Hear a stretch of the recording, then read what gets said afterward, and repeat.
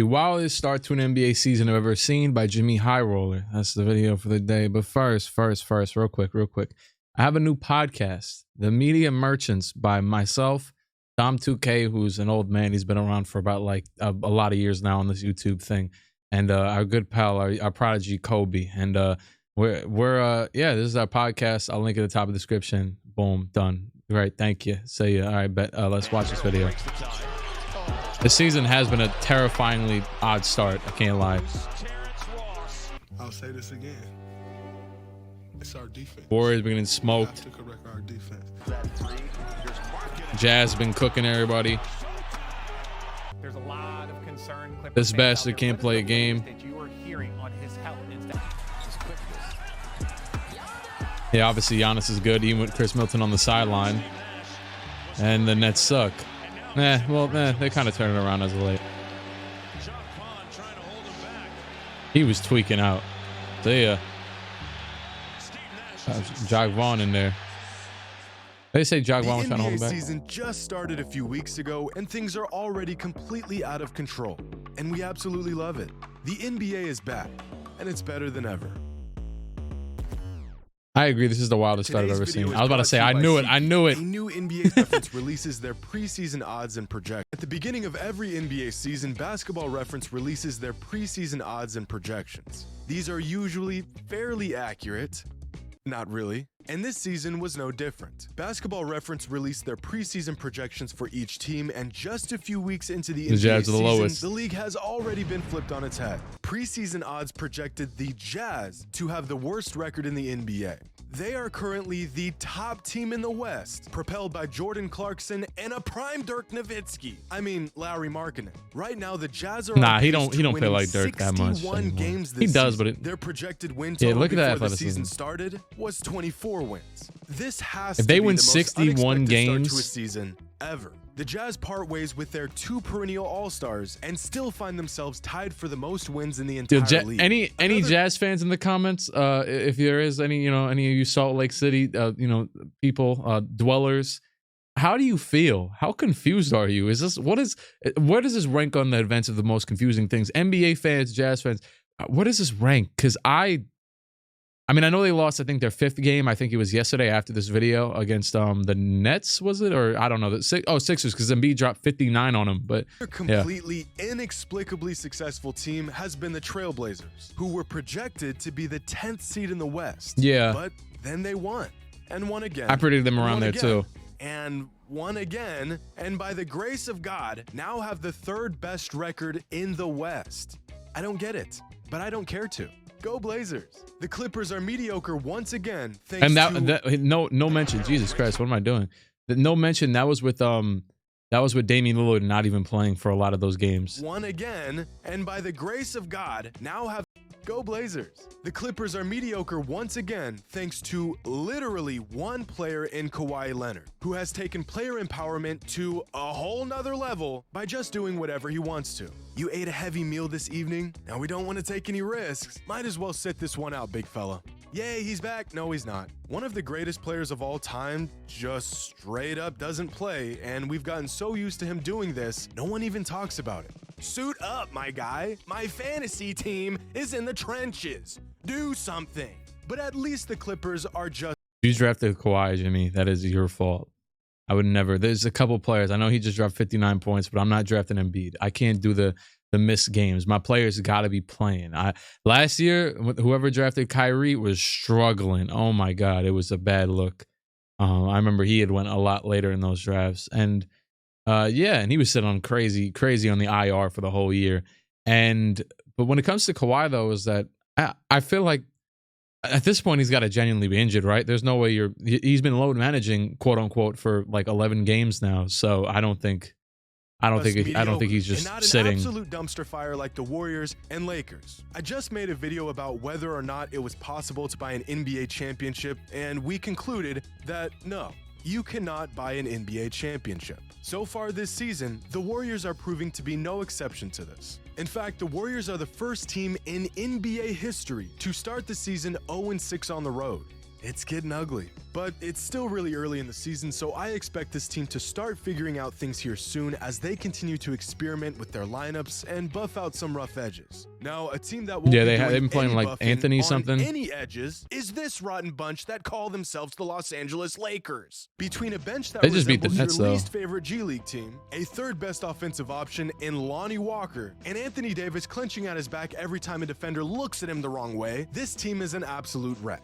The Lakers are currently on pace to win a whopping 16 games this season, which is so bad, it would set a new franchise record for the least amount of wins in the Lakers' 76-year existence. A team with 3 all-time great players on it, and they just can't seem to put together a win. In fact, if the Lakers' situation wasn't bad enough, even if they finish this season with the worst record in the NBA, they won't even have a shot at the first overall pick in the upcoming draft, since they included the rights to a first-round swap with the Pelicans when they traded for Anthony Davis back in 2019. The Pelicans could very well end up with a generational talent next season, gift-wrapped and hand-delivered thanks to the Lakers playing like absolute dog water. That Nurkic thing was funny. The Lakers being an absolute circus at the moment is not nearly the biggest story in the NBA right now, because in the East, the Nets have gone completely off the rails with one of the weirdest and dysfunctional starts to a season I've ever seen. This team has got NBA Reddit looking like the front page of TMZ. Preseason odds had the Nets as the 4th best team in the league. I don't know if it's just me being like being bombarded with Lakers takes on Twitter, or me just having high like reasonable hopes for the Lakers because of how many takes I see. It's just me myself. I'm not gonna blame it on them, but I honestly have been more surprised by them than the Nets. I mean, the Nets have started to pick it up a lot ever since Kyrie actually started sitting out, and Cam Thomas had a couple games where he was dropping 30+ points. But yeah, I really I mean, I'm equally surprised by both. But yeah, KD, they did just lose to the Lakers, so we're at the pinnacle of the lore right now. And 3rd best in the East. That, my friends, has not been the case. Despite Kevin Durant trying to stay out of the drama, but subtly putting himself right in the middle of it, regardless of Kyrie Irving becoming public enemy number 1, and in the midst of Ben Simmons regressing into a poor man's Draymond Green, Steve Nash somehow took the fall for this team's shortcomings and was fired just 7 games into the season. No, it wasn't. Yeah, Ben Simmons. Wait, hold on. I want to hear what he has to say about this in a second. But Ben Simmons, it's been I had a video talking about him, and actually it was a point I had made. I seen some people enjoyed it about me talking about him compared to Draymond and how his role, like how we don't say Draymond isn't that good, or we don't question Draymond for being good, but we question Ben for being good, even though they play a very similar role. But even this season, Ben's been worse than even. I don't know how Draymond's been playing this season. Honestly, I would assume. I don't know. The Warriors have been all over the place, but just the whole team. It's really usually Draymond is he doesn't have much variation to his game. What's going to happen is going to happen. He might miss a couple more shots than usual. But when it comes to the rest of the Warriors team, I think Clay's averaging like 12 on like 35% from the field, which is just nuts. So those are the type of things. But they did I think Jordan Poole just dropped 40 last night. So yeah.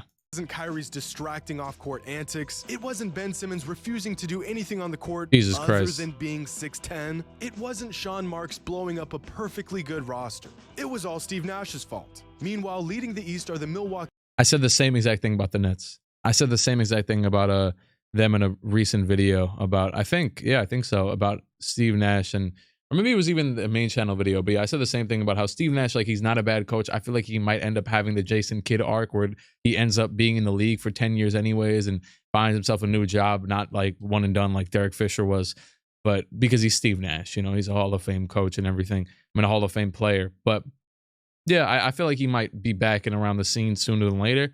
Aside from that, though, yeah, I still think he's a mid kind of coach. Doesn't have much assertion to him. It's also shown in the fact that the Nets are actually playing better ever since Jacques Vaughn has been the coach. You could analyze that if you want to, but yeah. Bucks, who have been using the league as their personal punching bag, winning 9 straight games to start the season. Preseason odds had the Bucks projected as the 3rd best team in the NBA going into the season, and already they have exceeded those expectations. The craziest part about the Bucks' success so far this season, Chris Middleton hasn't even suited up yet. You can't get out to a much better start than the Bucks have. Except, somehow, one team has. Because Yeah. preseason odds had the Cavaliers projected as the 8th best team in the East. And not That's only have they crazy. blown the top off of that I think I had them at least top the 5. Cavaliers have become an absolute juggernaut over the last few weeks. Right now, the Cavaliers have the highest net rating in the entire league, the highest SRS score among all teams, and the largest margin of victory, all while being led by easily the most Hold talented... on, Jimmy. What happened here? It says Blazers with a Nuggets logo. I'm assuming he meant to put Nuggets if there's a Nuggets logo, not a Blazers one. And well-rounded 8-man rotation in the NBA, and a now MVP caliber star in Donovan Mitchell, who has taken a massive And this leap video is before season. Garland dropped The 50. Cavaliers are the real deal. We are only 3 weeks into the season, and already these projections and expectations have completely blown up. Just a month ago, the Warriors, Clippers, and Nets were 3 of the top 5 teams favorited to win an NBA championship. Now, all 3 of these teams are fighting to just stay relevant in their conference. This season was supposed to be the year of the great tank. Just not from these teams. Teams that we all thought would be rebuilding this season were The Warriors supposed get to put Victor. together Holy their hell. best tanking job to increase their odds at the generational prospect in Victor Wembanyama. I was excited. The Jazz, Pacers, Spurs, Thunder. Where's the tanking? We've got a generational talent on The Thunder are not looking like they have any. If they're the team, I mean, the Keldon Johnson and Devin Vassell are holding it down a lot too. But Shea, dog, man, I wish they had Chet to show off that the team even more, their full capacity, potential, whatever you want to call it. The Rockets, though, hey, you talking about everybody else? The Rockets are still there, though. I mean, Sengun's cool, but hey, they'll take Victor. And then you got the Pistons still as well. Pistons, honestly, I expected to be better. I think I trolled my way into saying they'd make the play-in game, which wasn't really that far-fetched anyways, but they're still down there. And then the Hornets just got LaMelo back. He was out for most of the season. Him and Terry Rozier. Rozier was out for a little bit, though, but LaMelo literally just came back a few games ago. And yeah, but the Pistons just kind of suck, and the Rockets just kind of suck. On the line here.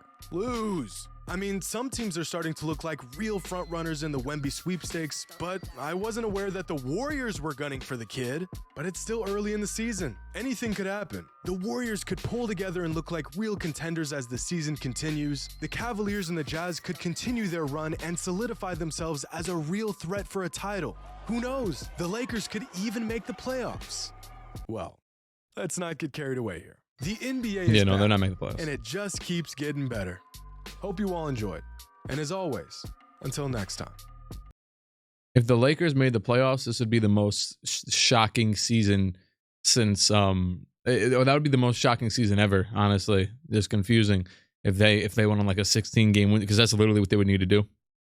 Yeah, but shout out to Jimmy. The season has been nuts. There isn't much more to say than that. Also, I saw the Magic also right here, and yeah, the Magic Hollow. If I had to give my opinions on all these teams, screw it, why not? And yeah, once again, go to our podcast, the Media Merchants podcast. You know what I'm saying? We're doing it big out here. The Pistons 3-10. My bad, not the Pistons. Screw them. I already talked about them and the Hornets. The Magic, dog, Paolo Banchero. Oh my God, one of the most polished rookies I've ever seen in my entire life, and he's like what, 19 still.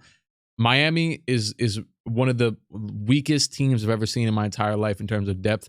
I don't know how they made it that far last year, though, even with that being said, because they didn't lose many pieces. They really just lost PJ Tucker, if I'm not mistaken. They didn't lose many other people. 76ers, they're going to pick it back up. We know they're going to pick it back up. Miami, I'm not as sure, but I think they'll pick it back up as well. I think they might have won. They had a close game against the Suns yesterday. I forget. I think I fell asleep, honestly. Their depth is just questionable. Brooklyn, they're cool. The Pacers obviously are very interesting team. They got Mathurin averaging like 20 points per game, if maybe a little bit less. I'm dragging it, but maybe a lot less, honestly. But he's had a lot of big games like that, dropping 30, 20. He's definitely second in the Rookie of the Year race right now, if I had to guess, unless I'm forgetting somebody. Yeah, so he's been fantastic. He was like the 6th pick.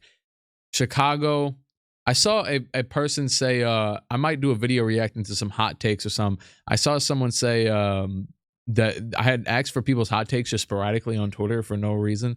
And they were like, oh yeah, I wish the Bulls didn't have Like went for Levine. None of these guys are franchise players. None of these guys deserve the money that they get. Levine, DeRozan. I'm like, really? And he's like, I wish we were tanking and getting someone better because this team is just straight mediocrity. And I wonder if he would think the same if Lonzo was there. I would assume Lonzo makes a difference. I don't know how much, but it's a difference is a huge thing in this league where everybody's 7-6 or 6-7. The Knicks, screw it. I've talked enough. We'll do a whole video on the Knicks. I'm not going to do it. And the Wizards, I've been seeing the Kristaps Porzingis All-Star agenda. I'm honestly always happy to see him succeed. It's been long enough since the Knicks traded him and that whole weird scenario for me to like hate him. I never really did hate him, but I just envied the Mavericks having him at the beginning because we were really struggling. And then obviously we've had a good year since that one good year where Randall was good.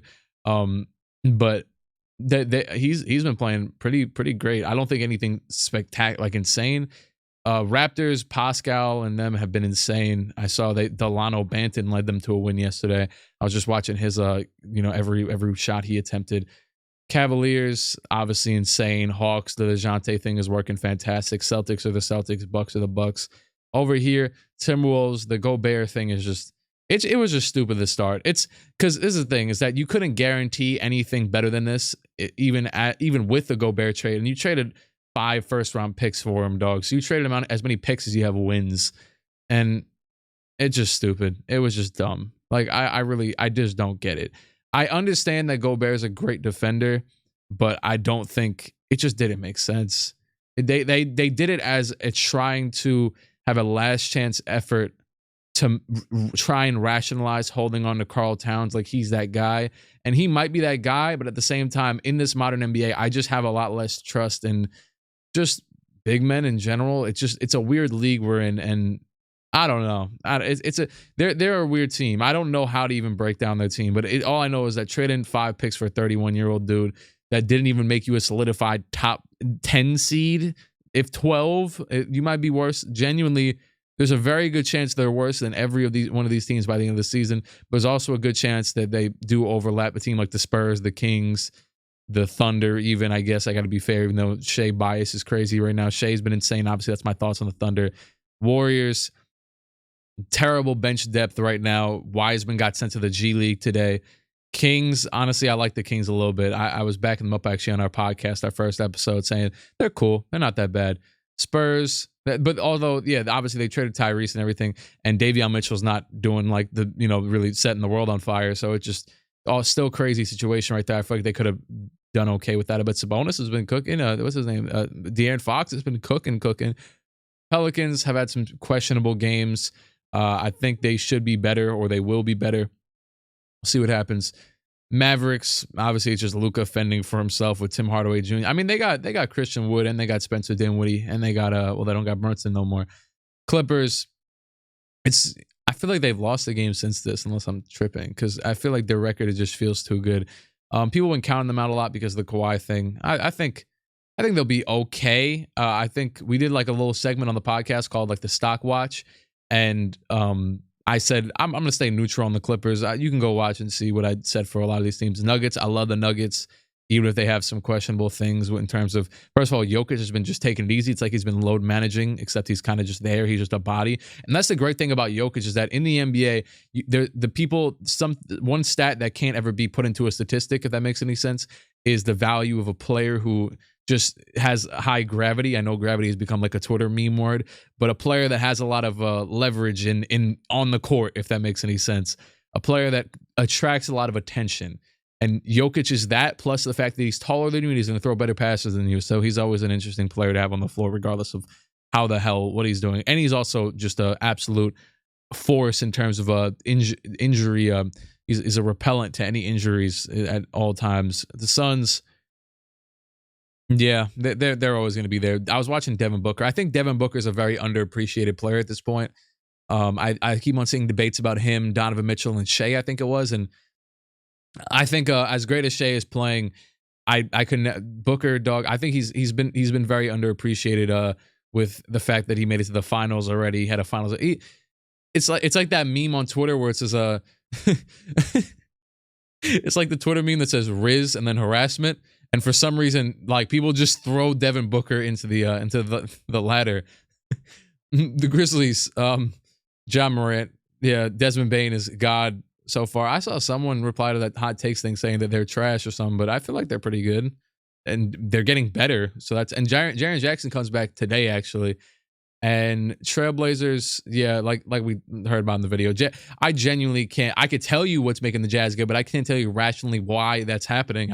I don't know how. I mean, I know like Lauri Markkanen was a talented player coming out of the draft. Colin Sexton, Jordan Clarkson, Jordan Clarkson, I saw also is 30 now. That's a veteran now. Holy hell! Even though he still is kind of, he's been hitting this year, but he's usually a slightly more inconsistent player. But hey, hopefully they keep it up. Honestly, they're a funny team. And Trailblazers, honestly, I really like the Blazers roster. I think that Simons is basically just filling in for what CJ McCollum already was.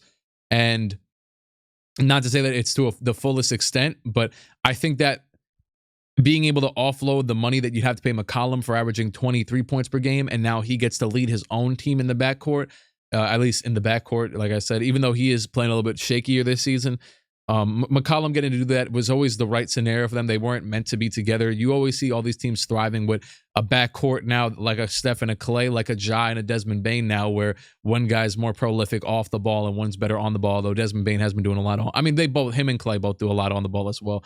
But the Blazers, I just felt like they always would benefit from just having a better overall roster around Lillard. Lillard was genuinely had an argument for just like not the best point guard in the league on a consistent basis ever, but he had he could string together enough games to be considered like the best player in a playoff run at certain times. I'm not saying that he ever was, but I'm just saying he was talented enough to do that. And I'm not saying that he's still not talented enough to do that, but I feel like the injuries have harped up on him, and now it's like, okay, like a little bit shakier in terms of the confidence in him and that team and how he can lead a team.